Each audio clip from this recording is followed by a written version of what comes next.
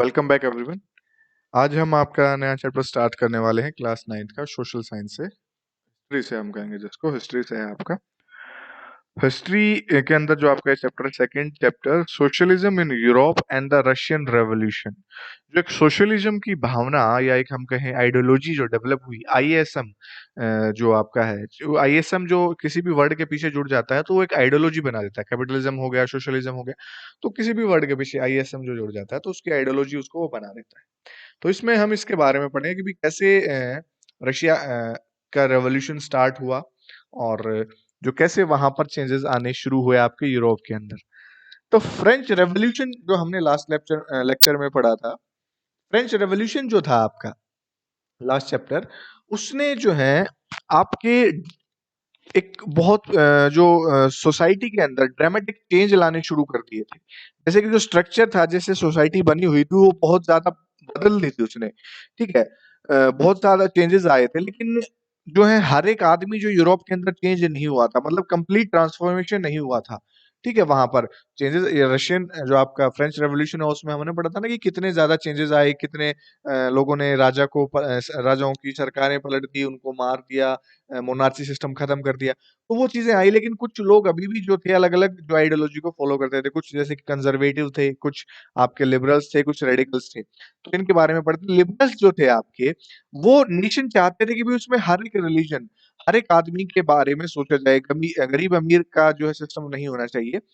वो जो uncontrolled power थी डायनेस्टिक रूल्स की, यानी कि वंशवाद जो था कि एक राजा का बेटा राजा बन रहा था और वही सारी पावर कंट्रोल कर रहा था, वो उस चीज के खिलाफ थे। ठीक है, वो चाहते थे कि हर एक बंदे को इक्वल राइट्स मिले। ठीक है, और वो इलेक्टेड पार्लियामेंट्री गवर्नमेंट चाहते थे। ठीक है, वो चाहते थे कि भाई जो गवर्नमेंट बन के आए वो चुन के आए, लॉज वगैरह जो बनाए जाएं, जुडिशरी वो एक वेल ट्रेन्ड जुडिशरी के द्वारा बनाई जाए, और रूलर्स और ऑफिशियल्स के ऊपर वो डिपेंड करे, उनको जो जनता, आम जनता के हिसाब से वो चीजें बनाई जाए। ठीक है, लेकिन वो डेमोक्रेट्स नहीं थे, यानी कि वो डेमोक्रेटिक नहीं थे। क्यों वो डेमोक्रेट्स क्यों नहीं थे, या उनको डेमोक्रेटिक क्यों नहीं कहा गया? क्योंकि वो यूनिवर्सल एडल्ट फ्रेंचाइजी, यानी कि सभी को, औरत को और सभी को वोट का अधिकार वो नहीं देना चाहते थे। ठीक है, वोट का अधिकार जो है वो लिमिटेड लोगों के पास ही वो रखना चाहते थे। नेक्स्ट, फिर इसी वजह से इनका एक जो नेगेटिव पॉइंट था, और इसी वजह से इनको जो है आपका लिबरल्स होते हुए, लिबरल जो उदारवाद होते हुए भी इनको डेमोक्रेट नहीं कहा गया। नेक्स्ट, इसमें जो आपके रेडिकल्स आ जाते हैं, ये भी जो है ये चाहते थे कि भी गवर्नमेंट जो है वो पॉपुलेशन, जो कंट्री की मेजोरिटी वाली पॉपुलेशन होती है, वो ही डिसाइड करे कि भाई गवर्नमेंट कैसे बनेगी। ठीक है, और ये जो है ये विरोध करते थे किसका, कि जो प्राइवेट प्रॉपर्टी कुछ लोगों के हाथ में है, कुछ लोगों का कंट्रोल है ज्यादा प्रॉपर्टी के, उसके खिलाफ थे। चाहते थे कि कुछ लोगों के पास ज्यादा अधिकार है, उस चीज को खत्म किया जाए।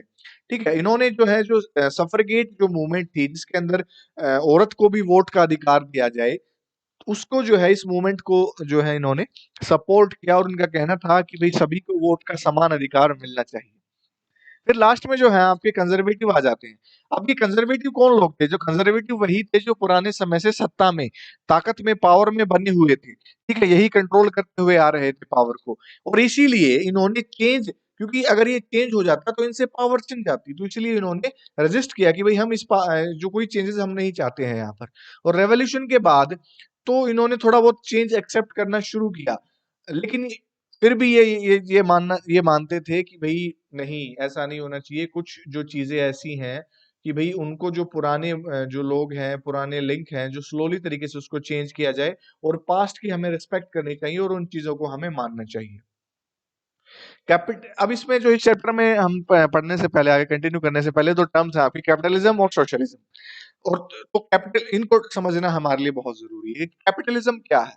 एक ये सोशल इकोनॉमिक सिस्टम है जिसके अंदर जो है किसी भी जो कोई कोई प्रोडक्शन होता है, कोई लैंड या फैक्ट्री के अंदर, किसी इंडस्ट्री के अंदर, किसी उसके अंदर फ्री मार्केट सिस्टम होता है, ट्रेड किया जाता है खुले तौर पर, और जो है ओनरशिप वो प्राइवेट होती है, किसी एक पर्टिकुलर प्राइवेट आदमी के पास या प्राइवेट फर्म के पास होती है, और वो सिर्फ ये चीजें आपकी सिर्फ लाभ कमाने के लिए, पैसा प्रॉफिट कमाने के लिए की जाती है, खुद के लिए प्रॉफिट कमाने के लिए, सबके लिए नहीं। और दूसरी तरफ जो सोशलिज्म है आपका, सोशलिज्म जो है आपकी पॉपुलेशन जो कलेक्टिवली ऑन्स करती है, जो मतलब सारे एरिया को खुद को, जैसे कि यहाँ पर तो एक पर्टिकुलर आदमी के पास कंट्रोल था सारा, लेकिन सोशलिज्म में पॉपुलेशन जो है वो इकट्ठे रूप में होकर उसको कंट्रोल करेगी, उसको मतलब उसके ऊपर अधिकार होगा उनका, जो कि कोई भी प्रोडक्शन अगर कंट्री के अंदर हो रहा होता है, और उस प्रोडक्शन के बाद जो डिस्ट्रीब्यूशन होगा, यानी कि डिस्ट्रीब्यूशन यानी कि उससे जो लाभ मिलेगा, उसको भी प्रोपोर्शनल रूप से, रिजल्ट को भी प्रोपोर्शनल बराबर रूप से उसको सभी में बांटा जाएगा। फिर इंडस्ट्रियल सोसाइटी और सोशल चेंज, यानी कि जब रेवोल्यूशन आपका चल रहा था फ्रांस के अंदर, उसके बाद फिर आपके यहाँ पर इंडस्ट्रियल रेवोल्यूशन भी आया, औद्योगिक क्रांति भी आई। और औद्योगिक क्रांति ने क्या किया, जो सोशल, सामाजिक और आर्थिक रूप से जो लाइफ थी उसको भी बहुत तरीके से उसने बदल दिया।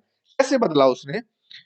बहुत सी नए शहर बन गए और इंडस्ट्रियल रीजन डेवलप हुए, यानी कि जहां पर इंडस्ट्रीज वगैरह बनने लगी, नए नए शहर बनने लगे वहां पर, और इंडस्ट्रियलाइजेशन होने लगा, जिसकी वजह से क्या हो गया, जो आदमी, औरत या बच्चे हैं, उन्होंने फैक्ट्रियों के अंदर काम करना शुरू किया, या कहा जाए कि उनसे जबरदस्ती उनको फैक्ट्रियों के अंदर डाला जाने लगा काम करवाने के लिए। और इस टाइम पे जब, क्योंकि इंडस्ट्रीज वगैरह की नई शुरुआत हुई थी, बनी थी, तो इस टाइम पर जो है क्या होता था कि आपके जो वर्किंग आवर होते थे, यानी कि दिन में जो काम करने के घंटे होते थे, वो ज्यादा लंबे होते थे, और जो उनको दिहाड़ी, जो दिन की वेजेस वगैरह मिलते थे, वो बहुत कम होती थी। ठीक है? और कई बार जो ऐसा होता था, जब किसी अगर मान लें किसी चीज की, या जो इंडस्ट्रियल जो गुड तैयार किया जाता है, जो माल तैयार किया जाता है, अगर उसकी मांग कम हो जाती है, तो फिर एम्प्लॉयमेंट जो है जो होती थी इस टाइम पे, वो कम हो जाती थी। ठीक है? उस टाइम पे वो एम्प्लॉयमेंट कम हो जाती थी, यानी कि वो घट जाती थी। लिबरल्स और रेडिकल्स थे, उन्होंने इस टाइम पीरियड में जो है जो व्यापार करके और इंडस्ट्रियल जो इंडस्ट्रीज वगैरह, छोटी मोटी इंडस्ट्रीज लगा के, उन्होंने इस टाइम पीरियड के दौरान पैसा कमाया। और उनके अकॉर्डिंग था कि भी जो, अगर हम कहें कि भी डेवलप्ड होती है, जो फ्रीडम होती है किसी भी एक पर्टिकुलर बंदे की, इंडिविजुअल की, उसको अगर इंश्योर करना है, तो उसके लिए क्या करना होगा कि भी गरीब आदमी को तो काम मिले, लेबर मिले। ठीक है? और जो कैपिटल, जिनके पास पैसा है, जिनके पास कैपिटल है, वो उसको फ्रीली, यानी कि बिना किसी रेस्ट्रिक्शन के, बिना किसी विरोध के, वो अपना बिजनेस कर पाए, जैसा वो बिजनेस चाहता है। और फ्रांस, इटली, जर्मनी, रशिया जो है रेवोल्यूशनरी, जो यहाँ पर रेवोल्यूशनरी थे इन कंट्रीज के अंदर, उन्होंने जो मोनार्क सिस्टम था उसको, उनका तख्ता पलट करके उनको वहां से हटा दिया। फिर नेशनलिस्ट जो थे आपके, लिबरल्स और रेडिकल्स थे, वो रेवोल्यूशंस के बारे में बात करते थे कि भाई उसके थ्रू हमें नेशंस, ऐसा नेशन बनाना चाहिए, एक राष्ट्र की भावना डेवलप हुई, जिसके अंदर सभी को इक्वल राइट्स दिए जाएं, समान अधिकार प्राप्त जो करवाए जाएं सभी को।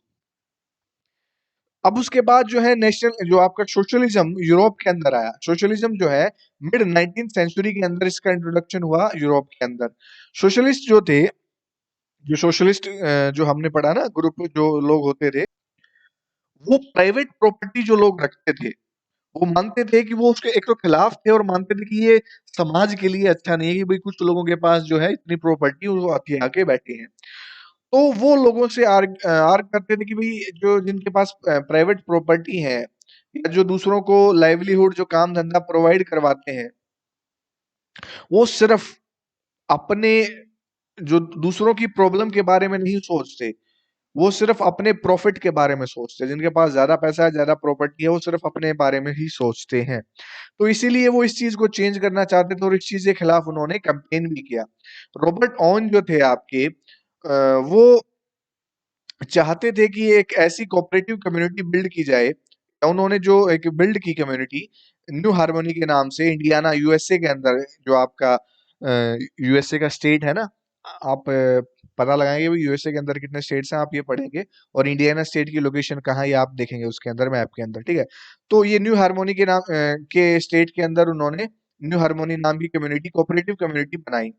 फिर लॉइस ब्लैंक ने जो है, वो चाहते थे कि गवर्नमेंट जो है कोऑपरेटिव, कोऑपरेटिव से यहाँ कर क्या क्या मतलब है, सोशल, सोशल जो है आपका सोशलिज्म से ही, कोऑपरेटिव का मतलब सोशलिज्म है। कोऑपरेटिव लोगों को अपनाए, जो सारे मिलजुल कर काम करें, और जो कैपिटलिस्ट हैं, एंटरप्राइजेज हैं, जो प्राइवेट प्रॉपर्टी रखते हैं और कैपिटलिस्ट हैं, वो, उनको हटाया जाए, उनको कम किया जाए।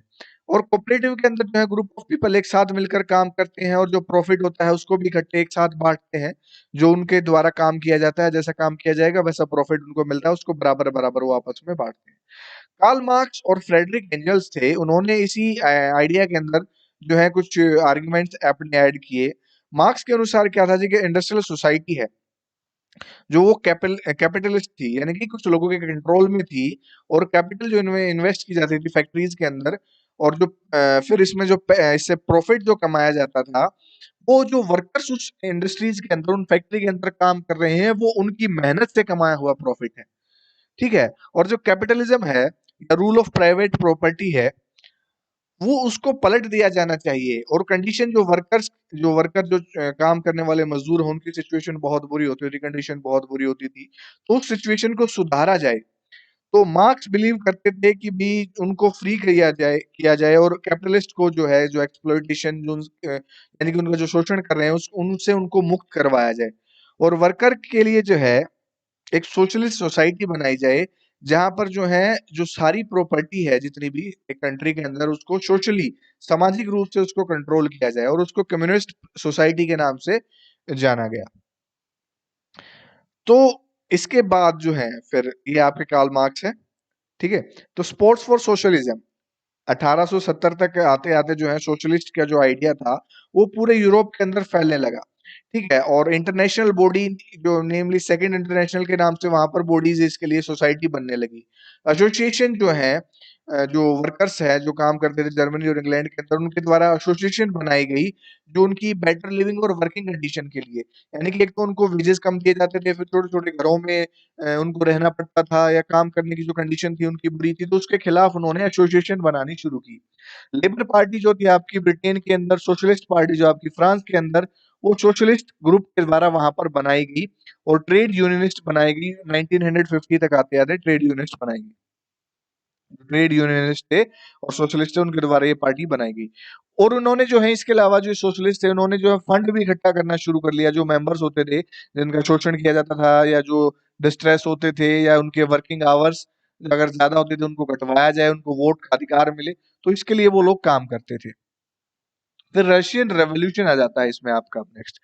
तो रशियन रेवोल्यूशन जो है आपका, सोशलिस्ट ने क्या किया, गवर्नमेंट का जो है, रशिया के अंदर जो गवर्नमेंट थी उसको टेक ओवर किया, और जो रशिया के थ्रू अक्टूबर रेवोल्यूशन हुआ आपका 1917 में। तो जो ये मोनार्ची सिस्टम, राजा वाला सिस्टम जो था, वो जो खत्म किया गया फरवरी 1917 में, और जो इवेंट्स हुए आपके अक्टूबर के अंदर, उसी को नॉर्मली रशियन रेवोल्यूशन कहा गया। ठीक है। उसी को रशियन रेवोल्यूशन का नाम दिया गया। इसके बारे में हम अभी आगे पढ़ेंगे।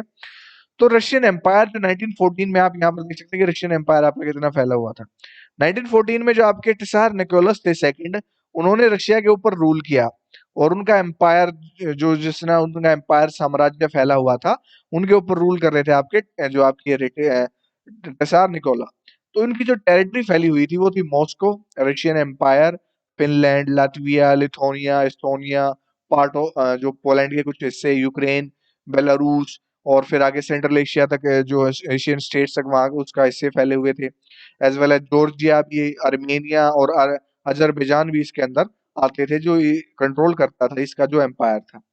और यहाँ पर जो है मेजोरिटी जो रशियन ऑर्थोडॉक्स जो क्रिश्चियन होते थे, वो इसमें पाए जाते थे, जिसके अंदर जो है कैथोलिक और प्रोटेस्टेंट होते थे, और कुछ जो मुस्लिम और बुद्धिस्ट भी इसके अंदर पाए जाते थे, लेकिन जो मेनली थे वो रशियन ऑर्थोडॉक्स क्रिश्चियन इसके अंदर पाए जाते थे, इस हिस्से के अंदर। तो नेक्स्ट इसके बाद जो हम पढ़ेंगे आपके रशियन रेवोल्यूशन के बारे में, नेक्स्ट लेक्चर में इसके बारे में हम पढ़ेंगे। So that's all for today, and thank you so much everyone.